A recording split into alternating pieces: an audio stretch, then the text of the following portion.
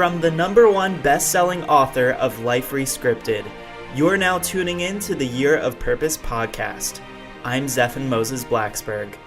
Benjamin Chin and Zavin Embry are the two founders of the House of Hip Hop, a New York City-based music festival that features up-and-coming musicians playing over the span of 4 days. Ben is formerly in the Singapore Armed Forces, and he's now a saxophonist in New York City, and is also a band leader of Q&A. An ardent fan of 60s and 70s jazz and contemporary hip-hop, he aims to find the middle ground between the two in his playing. And Zavin, who's also based in New York City, is a pianist, singer, and composer. His works focus on bridging the gap between the foundation laid by the masters of jazz, funk, gospel, and R&B with modern technology. A proponent of the Afrofuturism movement, he grew up listening to a wide range of artists from Miles Davis to Steely Dan, and also works as a musical director and business owner in New York City. Guys, thanks so much for being here today. Thanks for having us. Definitely. So this will be an interesting one. We have you guys conference called in, and so I'm going to have you guys just kind of split up individually to share a little bit about your background first, just so people know who we're talking about. So let's go ahead and just start with Ben. Ben, if you could just kind of give us a little background on how you came from the Singapore Armed Forces to being in New York. Cool. Yeah, I have a little kind of interesting history. I was born in Singapore. I moved to Minneapolis actually when I was 8. So I grew up in Minneapolis, and then at 18 I went back to Singapore to serve in the Singapore Armed Forces. They have a conscript army. And before I went to Singapore, I picked up the saxophone. I got really, really into jazz and everything. I started college and I wanted to do music, but that wasn't my passion at the time. I was going to school for neuroscience. I took a break. I went to Singapore, went through the army, and after the army, I looked back at everything and realized that I didn't want to go back to Minneapolis. That's not where my heart was. I really wanted to play music. And so I decided to move to New York with a good friend, Carlos Kelly. We moved to New York and we went with the intention of starting Q&A, my jazz and hip hop band. And from there, I met Zavin. I met the whole network of people that I play with now. And that's about it. That's where I am now. That's awesome. So I think it goes without saying that New York definitely has an amazing music and hip hop scene. Zavin, how about you get us started? Just give us a little bit of background on you. Did you grow up in New York? Actually, grew up in Los Angeles, moved to New York about 6 years ago. Basically, on a very similar premise. I find that's one of my favorite things about New York City is I feel like, it attracts a lot of people from all over the world who are just like, I have this dream, I have this vision in my head. It can be the most obscure thing in the world, whatever. They can be like, I want to be the best ventriloquist in the world. But there's like, I'm going to go to New York and I'm going to make this dream real. So it was kind of the same thing with me. I've been a musician since I was a kid. My mother's a musician as well. So I've had it in the family, but I just really wanted to go full force. And I've always loved the energy of New York. So sort of on a whim, I just moved out to New York and said, let me make this my full-time career. That's awesome. So you guys really found a place that just kind of felt like it was right to go to next and just went for it. And it sounds like you just jump off the deep end and just go for it. Yeah, I mean, so. I feel like that's the only thing to do, the only way to do things nowadays. Yeah, totally. Well, so let's talk a little bit about, just music in general, because I think that we've talked about so many different things on the podcast, whether it's meditation, whether it's starting and running a business, a wide variety of things. But I don't think we've had much of a chance other than our episode with Jordan Goodman from Beatwell, who actually runs drum circles. It's super cool. He's down here in Maryland. But I think we haven't had much of a chance to talk about music and the role that it plays in your life. So I wonder if maybe you guys could expand upon, how music became so important and what it does for you. I know personally, personally, for me, that lyrics in a song can certainly relate to my mood that day. And a lot of the times I'll listen to certain types or genres of music depending on what's going on in my life. And I think music can certainly tell that story. What type of role does music play in your lives? Savin, you want to go first? Sure, I can dive right into that. Well, I can say that as a kid, I actually started when I was a kid, my creative outlet. I was more of a visual artist. I used to draw a lot. I used to spend a lot of time drawing, comic book heroes and the like. My mother, like I mentioned before, was a music artist, and so I came up around a lot of music and a very diverse palette of music. But for me, I would say that there was kind of this moment for me, maybe it was about 11 or 12. Before that point, I might have, fiddled a little bit, but never really found music to be my primary means of expression. However, I was listening to some Miles Davis classic record, Kind of Blue, and there's a song on there, Blue and Green, which is it's got to be, it's possibly my all-time favorite piece of music. But I just remember listening to that piece of music, and it's just a beautiful ballad. And I thought to myself, if in my lifetime, if I can create anything even close to how beautiful this is, I feel like I've really accomplished something, because I felt like the feeling that music gave me, if I can, somehow create that energy for other people, I feel like that's like a beneficial thing to do, and I feel like I would be very satisfied with it. So I just think that music is healing. I feel like it's transcendent. I feel like it's therapeutic. It can be so many things, different things for different people. It can give you revelations about your life. It gives you perspective. It can calm you down. There's so many things that it can do for people. So I just feel like, it's a positive thing that I've wanted to create in that way for myself and others. That's awesome. And how about you, Ben? Well, music for me, I didn't grow up in a very musical family at all. I mean, we joke about it a bunch, but my mom's tone deaf and can't keep a beat or anything. So they wonder where I got it from. But I really looked at music. I really got into music around high school, and it was really because of these like feelings of like anxiety and like and other like sadness and stuff like that, some like normal feelings, but I didn't have an outlet to for them.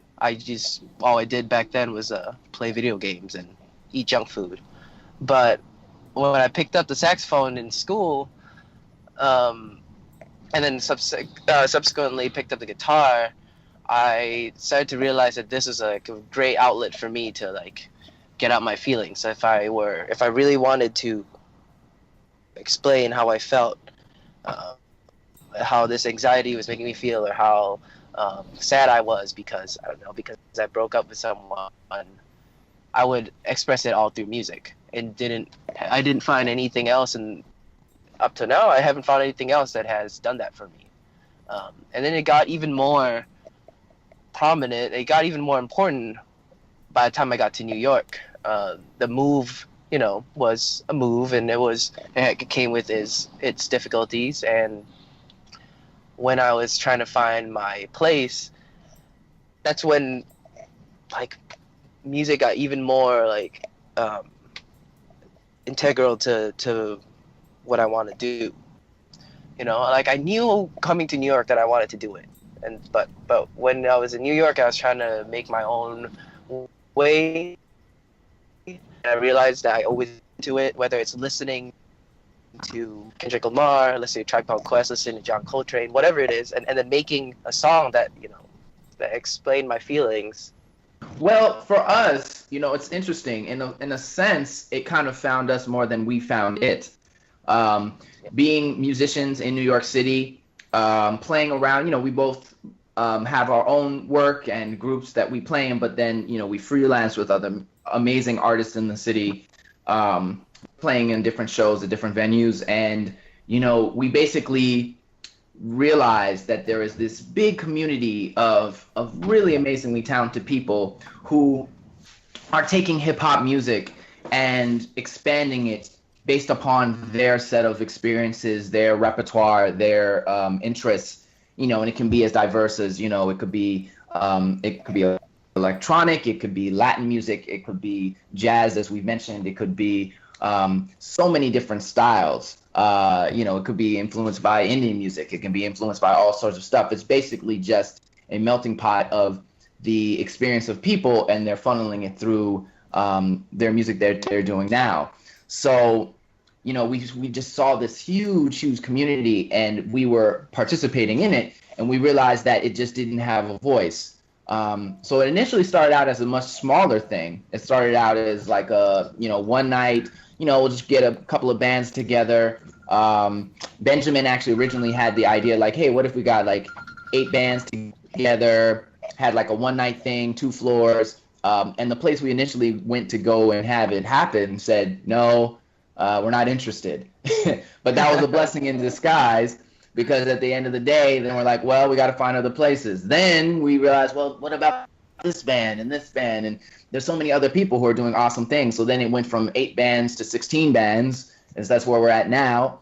And some just amazing variety of music. And went from 1 venue to 3 venues, to 4 nights, 3 venues, and it just kept expanding on itself. So it's almost like we were just the channel. We were just the receivers. We weren't necessarily even as responsible as we were, subject to this like beautiful thing that we feel like really needs a voice.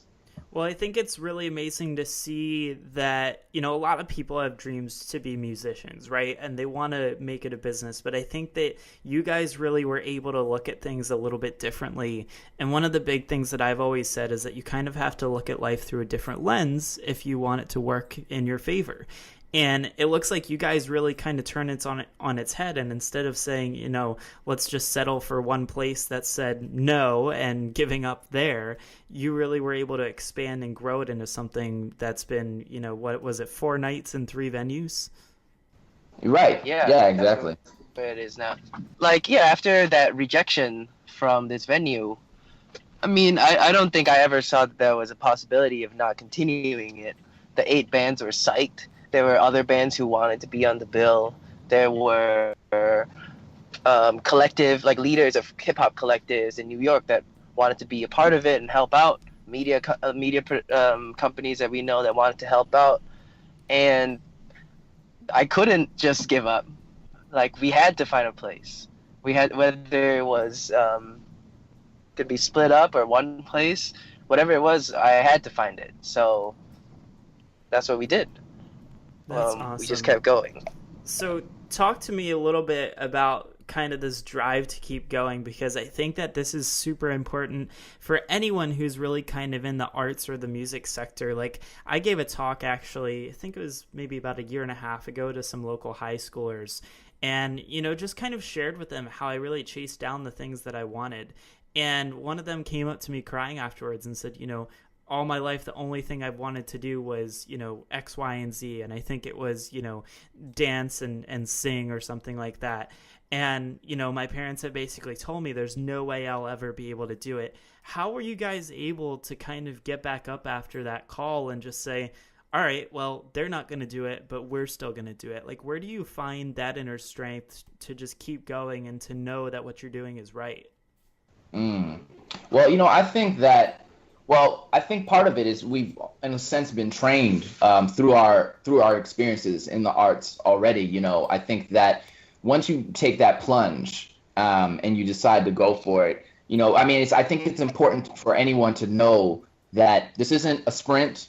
It's a marathon. Understand that it's about your endurance. I feel like ultimately, success, you can get there. It's, at least that's how I've felt, is that, any time that I've come up against an obstacle, the thing that separated me from the other people who were maybe interested in the same opportunities I was that I just was like, this is not the end. It's never the end. It's not the end until I say it is. I'm going to keep going because this is what I want. And every time that I've followed that instinct and followed through with that instinct to continue, I've reap the rewards of that, I found that, where other people might have said, okay, well, maybe this isn't for me. I said, no, no, no. I know I found the inner strength and the confidence to say, I know that this is what I want. So let me just keep going. Let me just keep moving forward. And so I think with this festival, this is a prime example of that. I think it wasn't even a question in our mind whether we should just give up at that point, because we've recognized time and time again through experience that by continuing, by staying like committed to the concept, that there's always a way. There's always a way to make it happen. You just gotta, you gotta finagle a little bit. You might, have to put the puzzle together a little differently than you originally imagined it, but it is possible. Yeah, I mean, we were talking about that a couple of weeks ago, Zavin, and I was saying that with anything in life, moving to New York, putting this festival, even like keeping a relationship or something, I've realized that people really only function best when they make a Ulysses contract with themselves. If they, in their mind, there's no other way. Like for me, there's no other way I can live without, other than playing music, other than playing jazz, hip hop, whatever in whatever way. Even if my circumstances changed and I couldn't play saxophone or something, I still have that Ulysses contract with myself. I have to play music. I have to get it out. I have to express my feelings. I'll find a way. And so you can apply that to anything, really. Well, and I think it's so important to keep in mind that at the end of the day, like, your basic need is this form of expression, right? And I think that if we kind of look at this at a global scale, or even just a bigger perspective by taking a step back, like, there are so many people out there right now that feel that they don't have the ability to express themselves. And look at what it's doing in the world today. I mean, at the time of recording this, we just had quite possibly one of the worst terrorist attacks in the world on a group of people that chooses to live their life a certain way that not everyone else chooses to do. And I think that, if people were just allowed to express themselves and come to the table and have conversations, I can't say that would stop terrorism, but I think it would certainly open up some dialogues that we might not have been able to open up before. Yeah, I agree with you. I think it's interesting because, at least from my standpoint, I feel like a lot of the darker sides of humanity, it comes out in, if it comes from some form of repression, some form of holding in. I don't think as beings that we are meant to hold things inside of ourselves. If you hold something inside of yourself long enough without a place outside of yourself to put it, it comes out whether you want it to or not. And and for some people, some people are become angry, some people become depressed, some people become, there's all sorts of ways that those feelings that you bottle up inside externalize themselves. So I think that the best way that we can function is being able to feel that we can freely express ourselves. And for someone like this person, I don't know much about him, but I feel like even the ability to have, even if he was able to have a dialogue with people, even if he was able to express, even if they were his opinions were very bigoted, but being able to express those and sit down with other people who share a different viewpoint from him and say, hey, listen, this is what we feel, what, and maybe even talk to him, say like, well, where does your frustration come from? Why do you feel this way towards people who are in the LGBT community? What is the source of your frustration? What is the anger? If he had the opportunity to have an outlet for that, maybe a tragedy like this wouldn't have to happen. And so expression is like of the utmost importance, in my opinion. Yeah, I think that's a great way to put it. I mean, I almost wonder if, I don't think music's necessarily like the answer for everyone, but I certainly wonder if we were to just get so many more people playing music, listening to it, experiencing it, if we'd start to see a change in a lot of people. I know for me that it makes me feel certain ways. And, if you've ever heard the band, I think it's OAR, one of their lines is, the one thing about music is when it hits, you feel no pain. I mean, that in itself, I think is very true. I'd love to just kind of talk a little bit more about, hip hop NYC and just the music scene in general there, because I know people love to just kind of move to New York and just play music all day. And it actually reminds me, there's a guy, his name is Dotan. He was on our podcast as well. And he started this thing called Piano Around the World, where he loved to play music. And I want to say New York was his home base. And he literally just traveled the world with a piano and just played piano everywhere. And things just kind of fell into place for him. And so I'd be curious to hear from you guys. New York is not a cheap place to live. It's pretty expensive. How do you guys, get by, and what's the music scene look like for those who are aspiring to do something, more with their music? And that's how I make the most of my living, is by performing in the subways and busking. Really? And I started doing that basically the minute I got here. I saw people were doing it, asked them how they did it and how they went about it, and I just dove right in. And through busking, I've met the most important connections that I've had in New York. I'm tied to venue owners, other performers, people who have started their own event production companies, etc., all through busking, all through playing. And that's how I make, by constantly bettering my busking, I can get it to a point where I can support myself through busking. And that too has played a huge role in my music, and I think it's sort of reflective of New York scene, because if you walk around the subway, if you're in the subway long enough, you will hear all kinds of musicians. You can hear someone playing polka, you can hear someone playing hip hop, you can hear someone playing classical, hear someone playing jazz, anything you can hear it.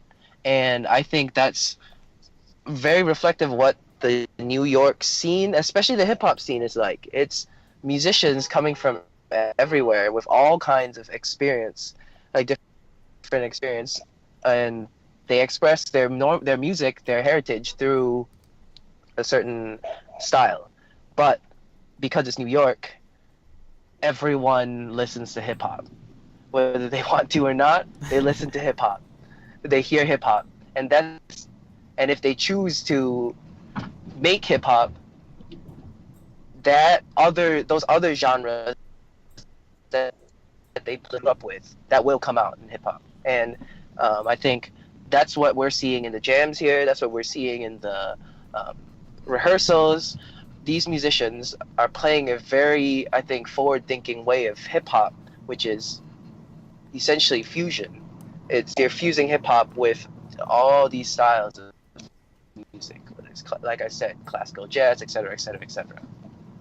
So it's really cool to hear that, because I didn't know that you could make a decent amount of money through busking, and I've always been really amazed at the people who do that in New York, because I've traveled there plenty of times. I've seen it. I've ridden on the trains, but it's just not the same here in Maryland. If I go and stand out at the train station, it's very unlikely that I would find someone sitting there playing anything. It's a totally different scene.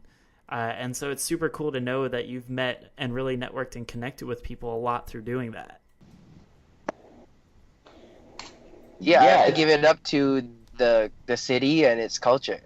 I mean, New York always gets the bad rep for being mean, but when it comes down to it, I can play saxophone I can play a saxophone in a train car and people don't cuss me out or anything. They don't even think it's weird.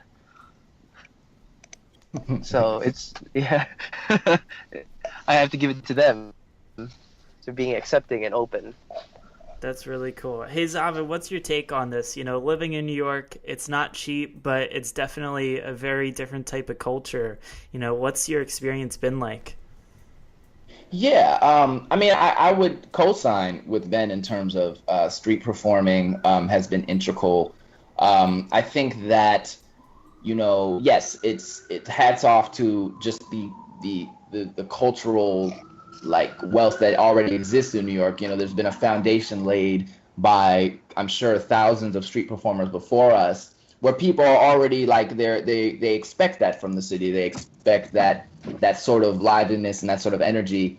And I also think that you know, the thing about New York is there's something, even though it can be really, you know, intimidating and sometimes, once again, yeah, like Ben said, it can have this reputation for being mean or maybe individualistic. I find it's quite the opposite. It's like we all understand by being here that, you know, we're in this together. Like we all understand that it's not easy. It's not easy to